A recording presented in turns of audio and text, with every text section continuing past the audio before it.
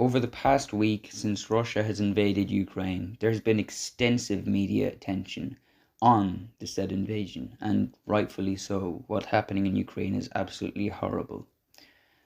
And before that, just beforehand, there was articles and reports on Putin's nostalgia for previous Russian empires, the Soviet Union, the Russian Empire.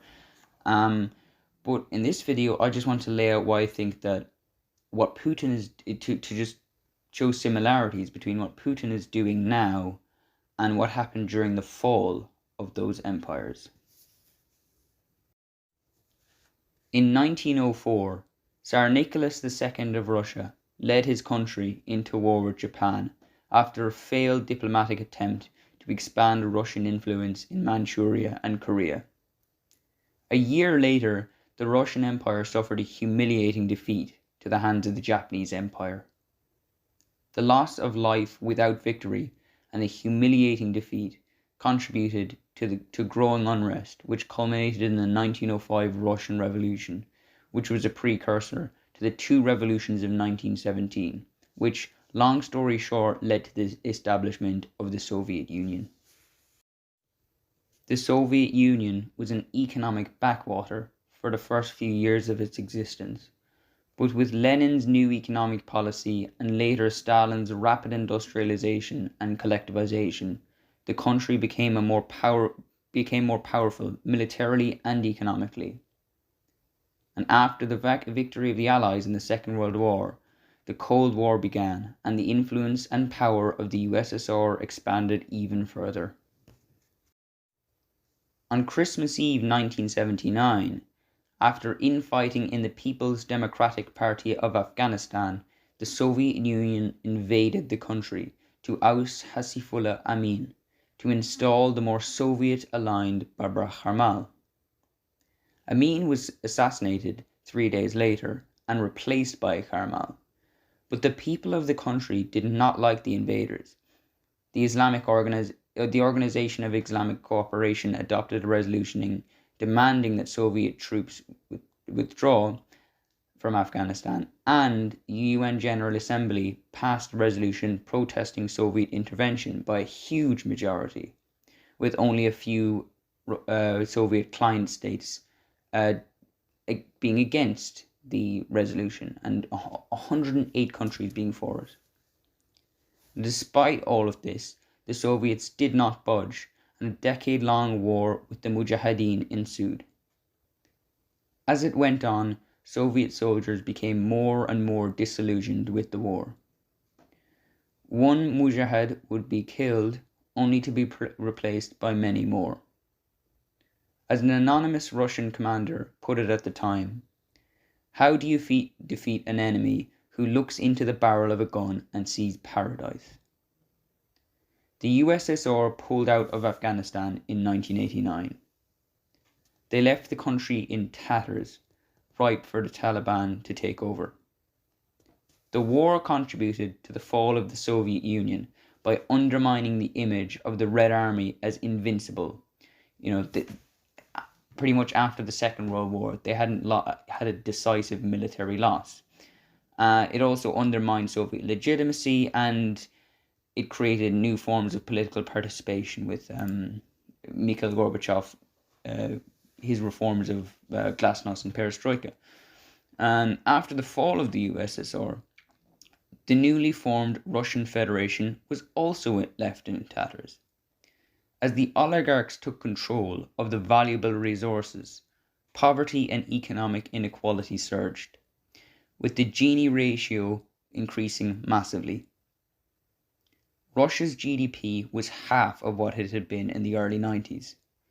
Life expectancy for men fell abruptly from a high of 65 years in 1987 to a low of 57 years in 1994.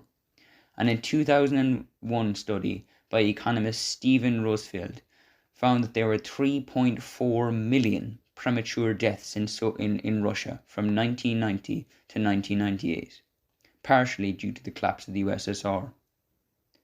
The Soviet Union was a highly authoritarian and undemocratic country, but what I have just laid out was a disaster.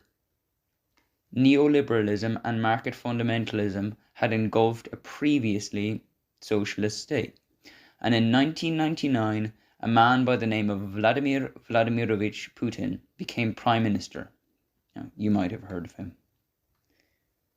Putin alternated between being Prime Minister and President, but it is clear he has been the leader of Russia since the early 2000s. Putin oversaw the recovery from the destruction the fall of the USSR caused and ended the war in Chechnya. Russia was starting to become more powerful, and in the late 2000s and early 2010s, Putin began either annexing or invading countries, for example in Crimea and Georgia, or supporting certain sides in conflicts, for example in Syria, in order to reclaim Russia's historical influence. Now, this worked, with Crimea now under Russian control, Russia having direct control over separatist regions in Georgia, according to the European Court of Human Rights, and Bashar al-Assad staying in power in Syria, just far more under Russian influence. Things were looking good for Russia geopolitically, and they were about to get one step better. In 2020, President and dictator of Belarus, Alexander Lukashenko, faced widespread protests against his regime. For decades, he had been able to stay neutral between the geopolitical opponents of Russia and Europe. He had to turn to someone to help him quell this dissent, but Europe was not going to be seen openly helping a dictator to put down protests.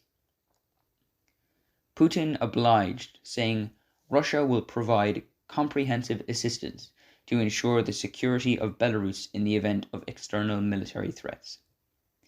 This came at a price, however. Lukashenko has been a puppet of Putin ever since. Russia has hugely expanded its influence since the fall of the USSR, and now Putin wants more. The invasion of Ukraine by Russian forces started on February the 24th. While Russia has taken some territory, Ukraine has so far successfully put up a resilient defense. Despite being invaded on all sides and facing a far larger army, Russia has yet to take a major city. The whole world has rallied around Ukraine. Huge protests are happening around the world, including in Russia, with thousands protesting in Moscow, St. Petersburg, and many cities around the country. Sanctions are already having a major effect, with the freezing of assets of the Russian state and oligarchs. The Russian stock market and value of the ruble are plummeting to historic lows, and inflation is expected to rise sharply. The EU and the US are to send arms and humanitarian aid worth hundreds of millions, not to mention the huge amount of charitable donations reflecting international sympathy. The bravery of the Ukrainian people has been shown to the world through lots of civilians willing to stay to fight, and an international brigade has been set up for foreign volunteers.